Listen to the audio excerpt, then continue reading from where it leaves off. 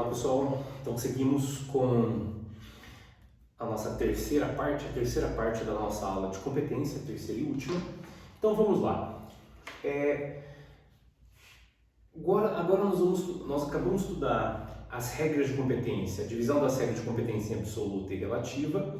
Então, sabendo que as regras de competência absoluta são indisponíveis e as de competência relativa são disponíveis. Muito bem. E agora nós vamos estudar como fixar a competência. Quais são os critérios? Quais são as regras de competência que nós temos? Então vamos lá. Critérios para a fixação de competência. Quais as regras de competência que nós temos? O primeiro critério de fixação de competência, o primeiro critério para entender qual é o juiz competente para julgar determinada causa é o critério objetivo. O critério objetivo, o critério funcional, o critério estrutural são os critérios criados pelo professor Giuseppe Chiovenda, né, para organizar essa estrutura, para organizar essa divisão de competência, para organizar a quantidade, a parcela de jurisdição de cada órgão jurisdicional. Chiovenda criou o critério tripartite, dividido em critério objetivo, funcional e territorial. Muito bem. No critério objetivo, nós temos três subcritérios: o valor da causa, a natureza da demanda ou em razão da matéria, a qualidade das partes ou em razão da pessoa. Então, pelo critério objetivo, ao analisar uma demanda, nós, estudantes de direito, trabalhamos com isso, nós temos que entender: o valor da causa interfere na fixação de competência? Sim. Então, o valor da causa é um critério objetivo de competência, tá? Nós já vamos estudar isso aqui melhor. Mas o valor da causa, por exemplo, normalmente vai definir se a causa é de competência de uma vara comum ou de uma vara do juizado especial. Isso basicamente vai definir se o valor da causa for superior a 40 salários mínimos, vai definir que, em regra, o rito procedimental é o rito do procedimento comum, que está presente no CPC. Agora, se o valor da causa for inferior a 40 salários mínimos, nós poderemos ter a possibilidade de processamento dessa causa perante os juizados especiais cíveis.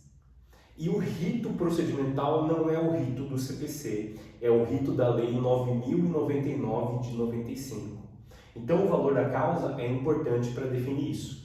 E para a vara da Fazenda Pública e para os juizados especiais federais, o valor da causa ele é de até 60 salários mínimos, com o destaque de que não é possível escolher. Se for superior a 60 salários mínimos, a competência da vara da Fazenda Pública, e até 60 salários mínimos, a competência da vara do juizado especial da Fazenda Pública. Tá bom? Muito bem. Ou segundo subcritério objetivo, natureza da demanda. Isso é muito importante. Em razão da matéria. Em razão da matéria. É a competência, não em razão do valor da causa agora é a competência em razão da matéria. Exemplo: direito de família. Professor, que legal! Direito de família. Então, nós podemos ter varas especializadas em direito de família? Sim. Professor, mas direito de família não é direito civil? Sim. Mas é uma especialização dentro da especialização. É uma especialização maior ainda. Se a gente está tratando de direito civil numa vara civil, se a gente está tratando só de direito de família ou só de direito das sucessões, que é a herança, basicamente, nós estamos tratando de um direito mais especializado. Então, nós vamos ter a competência em razão da matéria, da natureza da demanda. Professor, então, uma ação de divórcio ela não pode tramitar na vara civil se houver uma vara de família? Correto, é isso o raciocínio. Professor, isso é competência absoluta, porque é criado em razão do interesse da prestação da tutela jurisdicional. Exato. Entendi, professor. Então, em razão da natureza da demanda ou em razão da matéria. É um segundo subcritério do critério objetivo. Professor, então, por exemplo, se eu for ajuizar uma ação, eu vou falar assim, é uma ação de 20 salários mínimos. Então, pode ser tanto de uma vara civil quanto de uma vara do juizado, correto? Mas é uma ação de 20 salários mínimos e é uma ação de alimentos, professor. Opa, aí muda. Aí não pode ser nem do juizado, porque o juizado não tem competência para as ações do direito de família, e não pode ser da vara civil, se houver vara de família instalada. Professor, a minha cidade é tão pequena que só tem uma única vara civil e uma única vara criminal. Não tem vara de família. Como que faz? Tem que ir numa outra comarca onde houver vara de família? Não. Nesse caso, o juízo civil ele é competente para tudo. Essa vara única civil é competente para tudo. Para juizado, para civil, para família. Não entendi, professor, mas se houver vara de família instalada e for uma ação de divórcio de 20 salários mínimos, o valor da causa é relevante. Aí o valor da causa vai ser relevante. A competência vai ser em razão da matéria. Tá? Muito bem. Professor, em razão da qualidade das partes, terceiro subcritério do critério objetivo, competência em razão da qualidade das partes ou em razão da pessoa. Professor, é aqui que entra, por exemplo, a fazenda pública? Exatamente, é aqui que entra, por exemplo, a fazenda pública. Uma ação de indenização contra o Estado do Paraná, se houver vara da fazenda pública instalada na comarca, não pode ser processada e julgada pelo juiz da vara civil. Deve ser processada e julgada perante a vara da fazenda pública. Pô, professor, que interessante. Uma competência em razão da qualidade, uma regra de competência em razão da qualidade das partes, uma regra de competência em razão da qualidade das partes, em razão da pessoa, muito importante, é da Justiça Federal, do artigo 109, inciso 1º. Por exemplo, uma ação contra o Instituto Nacional do Seguro Social, INSS. Professor, essa ação tem que ser na Justiça Federal? Sim, tem que ser na Justiça Federal, porque é onde as autarquias federais são processadas e julgadas. Professor, contra a Universidade Federal do Paraná? Idem. Professor, contra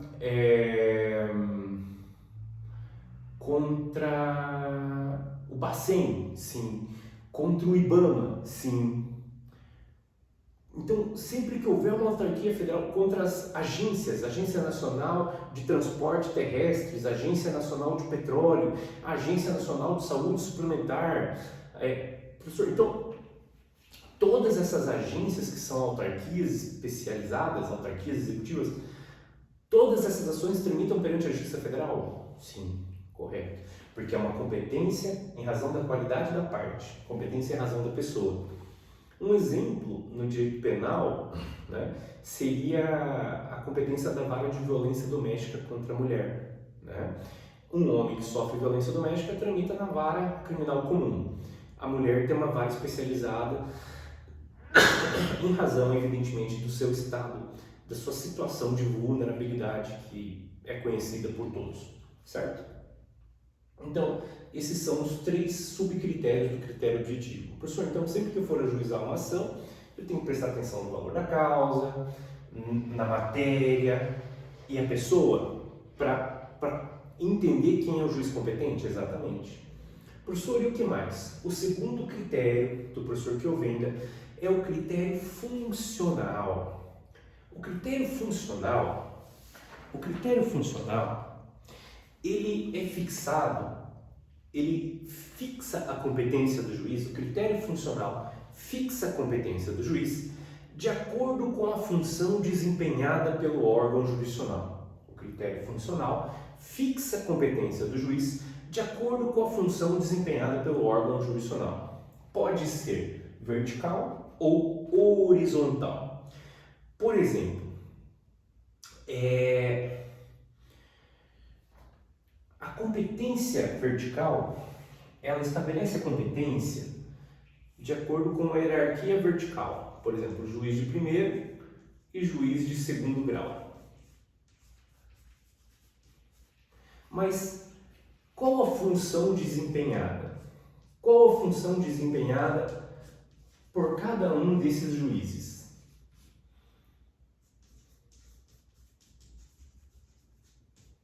Olha só, a competência do juiz de primeiro grau, o critério funcional, no seu aspecto vertical, fixa a competência de acordo com a hierarquia dos juízes. Então, e essa hierarquia é fixada de acordo com a função exercida pelo juiz, não pela sua mera posição hierárquica, mas de acordo com a função. Então, qual é a função do juiz de primeiro grau? Qual é a função do juiz de primeiro grau? Processar e julgar uma demanda. Professor, por que eu não posso propor uma ação de indenização diretamente no Tribunal de Justiça do Paraná para ganhar tempo, para evitar que meu processo tenha que tramitar em primeiro grau? Porque se eu ajuizar direto no Tribunal de Justiça, eu já vou ter uma decisão direta lá, não vai ter recurso. Pois é, esse raciocínio é uma certa trapaça, né? Isso não é possível, porque o critério funcional criado no interesse da jurisdição, regra de competência absoluta, portanto, indisponível. O critério funcional, no seu aspecto vertical, ele fixa a competência do juiz de acordo com a função que ele exerce no processo. A função do juiz de primeiro grau é processar e julgar. O que quer dizer processar e julgar? Processar uma demanda é o quê? É cumprir todos os atos procedimentais. Despachar a inicial, citar o réu, fazer audiência de conciliação, permitir ao réu apresentar defesa, oferecer ao autor a oportunidade de impugnar essa defesa, analisar se tem nulidades, analisar quais são os pontos controvertidos, decidir quais são as provas que serão produzidas, produzir essas provas, perícia, inspeção judicial, requisitar de documentos, ouvir testemunha, tomar o depoimento das partes, colher as alegações finais das partes e, por fim, sentenciar, julgar. Essa é a função do juiz de primeiro grau, que não é atribuição do segundo grau. Professor, eu entendi. Então, como compete ao juiz de primeiro grau processar e julgar, eu não posso entrar com a minha petição inicial no segundo grau, porque a função do juízo de segundo grau, a função do Tribunal de Justiça do Paraná é revisar esse julgamento. Exatamente. Então, o segundo grau, ele fica encarregado de julgar os recursos para revisar os julgamentos de primeiro grau. Exatamente. Então, o critério funcional, ele fixa a competência do juiz no seu aspecto vertical de acordo com a função atribuída entre juízes de hierarquia diferente. Então, se eu estou falando de um processo que precisa ser instruído e julgado, a competência do primeiro grau. Agora, se eu estou falando do julgamento de um recurso, a competência é do segundo grau. Entendi, professor. Então, não compete ao juiz da segunda vara civil julgar recursos do juiz da primeira vara civil, correto? Correto. A competência para julgar, para revisar um julgamento da primeira instância, da segunda instância do tribunal, não de uma outra vara. Entendi, professor. Entendi. Inclusive, pelo duplo grau de jurisdição, pelo princípio do duplo grau de jurisdição que nós já estudamos, pressupõe-se que essa revisão seja feita por órgão hierarquicamente superior e colegiado, com amplitude de revisão, tanto na parte fática quanto na parte de direito. Pô, professor, agora estou começando a entender as coisas. Exatamente. Mas o critério funcional, ele não se limita só a distinguir funções de juízes hierarquicamente diferentes. Ele também distingue funções de juízes na mesma posição hierárquica. Nós não temos, no processo civil, nós não temos essa distinção no primeiro grau. No processo civil, o critério funcional horizontal só é verificado no segundo grau de jurisdição. Quando existe uma regra constitucional, que se chama cláusula de reserva de plenário, no sentido de que um tribunal só pode declarar a inconstitucionalidade de uma norma por julgamento do seu órgão especial. Ah, professor. Então, uma Câmara não pode declarar inconstitucionalidade de uma lei. Só o órgão especial. Professor, você pode dar um exemplo? Posso. Digamos que uma lei seja inconstitucional. O juiz de primeiro grau pode declarar a lei inconstitucional sozinho? Pode. O que, professor? Sim. Professor, um juiz de primeiro grau manda mais que um desembargador? Nesse sentido, sim. O juiz de primeiro grau tem maior poder do que um desembargador para declarar a inconstitucionalidade de uma norma. Professor, então o juiz de primeiro grau pode reconhecer a inconstitucionalidade de uma norma? Pode. Ok, professor, digamos que o juiz de primeiro grau julgou procedente o pedido do autor, que dizia assim, olha, eu tenho um barco e o Estado está cobrando IPVA do meu barco. E o Supremo diz que o IPVA é inconstitucional. O juiz de primeiro grau pode declarar a inconstitucionalidade dessa norma estadual que instituiu o IPVA sobre a embarcação? Pode. Caraca, professor, se o Estado recorrer, esse recurso vai ser julgado por uma Câmara Cível, certo, professor? Sim. Essas câmaras cíveis, elas são compostas normalmente por 5 desembargadores, mas o julgamento é feito por 3, correto, professor? Sim. Esses 3 desembargadores podem declarar a inconstitucionalidade dessa lei estadual, professor? Não. Pela cláusula de reserva de plenário, essa inconstitucionalidade tem que ser reconhecida pelo órgão especial. Aí que entra o critério funcional horizontal. A Câmara Cível, por exemplo, a primeira Câmara Cível do TJ do Paraná, se ela entender que a lei estadual é inconstitucional, ela suscita o chamado incidente de inconstitucionalidade. A Câmara suscita o incidente de inconstitucionalidade. Os desembargadores se reúnem e dizem assim, ó, nos parece ser inconstitucional.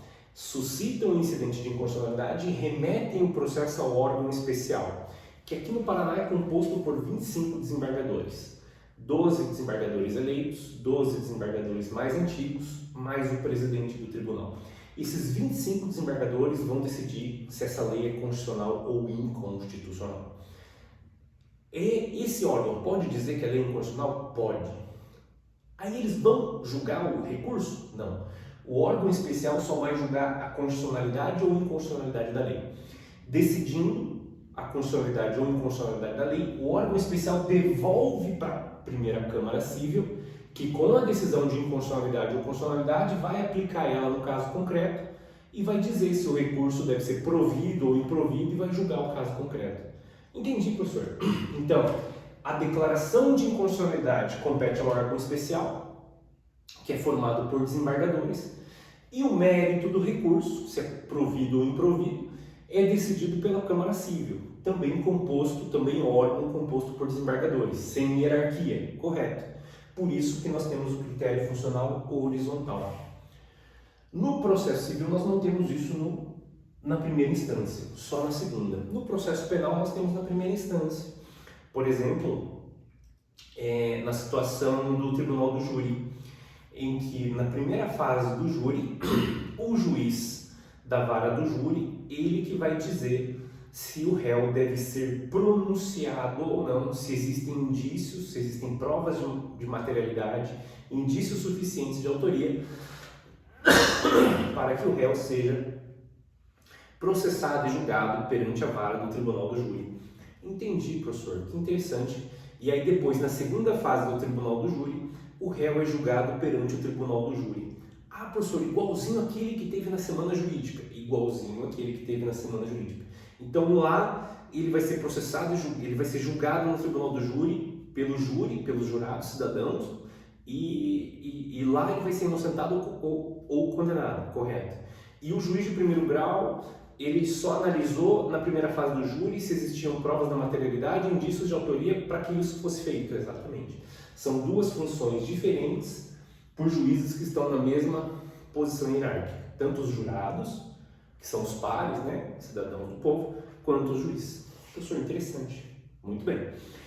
E o último critério, o critério territorial.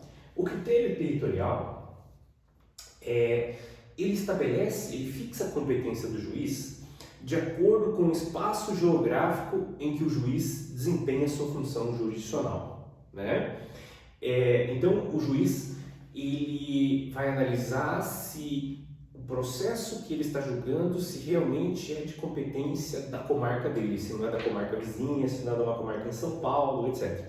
O exemplo que eu dei da ação de indenização por ato ilícito, que tem que ser processada e julgada pelo juiz aonde ocorreu o ato ilícito. Professor, e como que eu faço? Quando que eu sei que é um critério ou outro? Esses critérios convivem normalmente entre si. Todos eles convivem normalmente entre si. Todos eles, tá? Então, por exemplo, já dei um exemplo na nossa apostila. Um menino propõe uma ação de alimentos contra o seu pai na vara da família da comarca de Londrina. Bom, então, uma ação de alimentos de uma criança contra o pai na vara de família da comarca de Londrina. O critério objetivo vai ser em razão da matéria, direito de família. O critério funcional vertical, primeiro grau de jurisdição. O critério territorial, a comarca, por exemplo, o pai do menino pode morar em São Paulo, que a ação vai tramitar em Londrina. Vai tramitar em Londrina, professor? Sim, vai tramitar em Londrina. Por quê?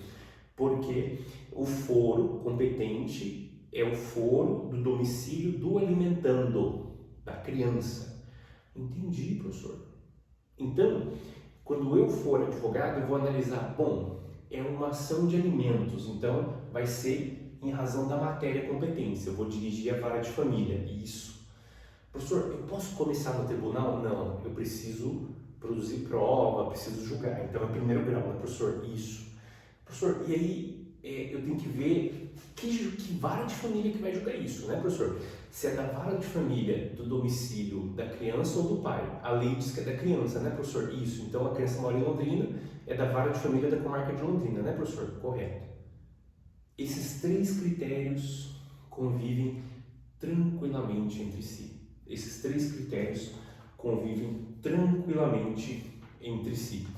E aí, eu queria que vocês dessem uma olhada na próxima tabelinha que nós temos lá na apostila, que ela classifica essas competências aqui em absoluta ou relativa, se é uma competência absoluta ou relativa, se é uma regra de competência de matéria de ordem pública ou se é uma regra de competência de ordem dispositiva. Muito bem. Lá na nossa tabelinha, o critério objetivo em razão da pessoa é uma competência absoluta. O critério objetivo em razão da matéria é uma competência absoluta. O critério objetivo em razão do valor da causa é uma competência relativa. Tá, mas eu quero que vocês tenham destaque, exceto fazenda pública. Tá? Sempre que nós estivermos falando de competência absoluta, competência em razão do valor da causa, se nós estivermos falando de fazenda pública, a competência é absoluta. Caramba, professor, Por exemplo, se o seu cliente entra com uma ação contra a União ou contra o Estado do Paraná, até 60 salários mínimos a competência é absoluta do Juizado Especial da Fazenda. Se for acima de 60 salários mínimos, a competência é absoluta da Vara da Fazenda Pública ou da Vara Federal. Entendi, professor. Mas, professor, e se for Joãozinho contra José, um valor de R$1.000? É facultativo. Você pode propor tanto no Juizado Especial Cível quanto na Vara Cível. É facultativa a competência. Entendi, professor.